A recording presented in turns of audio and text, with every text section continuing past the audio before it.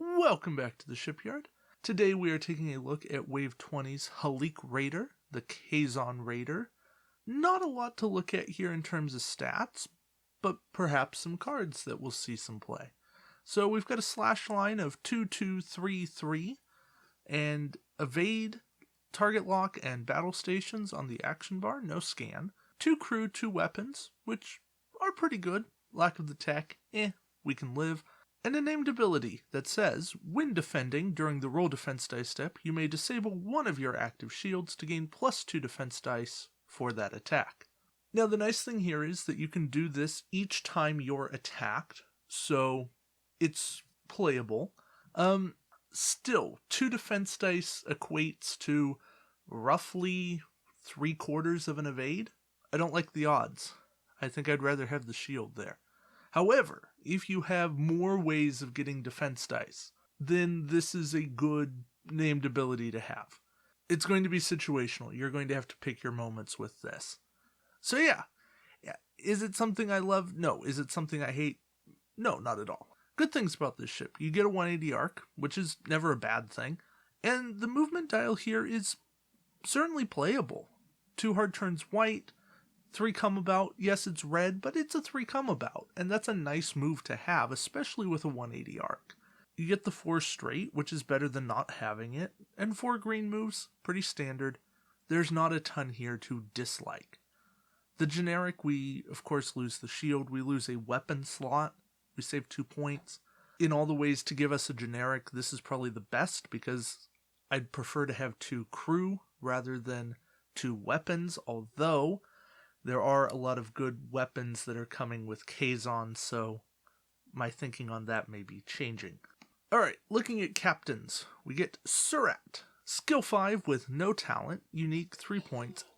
For an action, you place a scan token beside your ship. If you do not have a tech upgrade deployed to your ship, you also take an auxiliary power token. So, not a captain you want to run on the Halik Raider, but perhaps a captain you want on the Nistrum Cullah, which is the reinforcement booster ship, which has a tech slot, but doesn't have scan. So, getting the scan action for an action plus an aux power is rarely worth it, but being able to take scan is a decent action. Yeah, I don't think that Surat's going to see a lot of play, but I'm glad that Kazon have a way to get scan for their ships that don't normally scan. Alright, upgrade time. First up we have Unremarkable Species. This upgrade does not require an upgrade slot, and may not be deployed to a Borg ship. While this upgrade is equipped to your ship, your Kazon upgrades cannot be targeted by Borg assimilation tubules. In addition, when defending against a Borg ship, roll 2 extra defense dice. And this costs 5 extra points if purchased for a non-Kazon ship. No ship can have more than 1 of them. Yada yada yada. I like what it's doing here. 2 extra defense dice against Borg is nice, but it's too little too late. Assimilation tubules just don't get played. However, 2 extra dice aren't going to hurt, and I love that it doesn't take up a slot. So, from that standpoint, it's pretty cool. Next up, we have Lorem. He's a crew, 4 points unique. When attacking with your primary weapon during the roll attack dice step, instead of rolling your normal number of attack dice, you may discard this card to roll a number of attack dice equal to the SP cost of 1 upgrade on the target ship, maximum of 4 dice. That's what kills this card. If this card had been max 6, or no max whatsoever, would have been so much better. However, you put this on like the Halik Raider or a small ship, and now you're taking that ship from 2 to 4 dice. And that's quite useful. You should still get range bonus after you calculate the dice cost here, so you should be able to get 5 attack dice with range.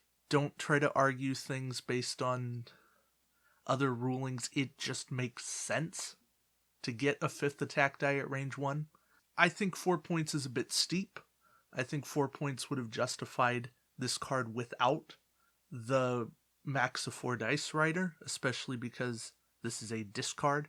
But yeah, I can see the use of this card, especially on the Kazon Raiders. Or you want to go cross-faction, put it on Romulan science vessels, or like the Ares class, or those 1 attack dice ships, and now you're making one big 4-die attack. You're good to go. We also get a Kazon Guard crew for 4 points. During the activation phase, you may discard this card to place an evade token beside your ship, even if you already have one. If you do so, place an auxiliary power token beside your ship. No ship can have more than 1 Kazon Guard. Useful, but 4 points to take an evade and an aux power, and it has to be during the activation phase? Way overpriced. Just way, way, way overpriced. And that's unfortunate. Alright, we get 3 weapons here. First up, Photonic Charges. 3 points, 3 dice, range 1 to 2. Attack, 3 time tokens, which is nice to have this in time token. Place an aux power token beside the target ship if you get at least 1 uncancelled hit or crit. 3 dice, that's iffy, but I think it's a worthwhile payoff. For 3 points, you're not breaking the bank here. I think it's a nice little upgrade. It's much more mission playable than it is OP viable, but Photonic Charges are a decent card. In the same vein, we get Variable Yield Charges for 2 points, non-unique.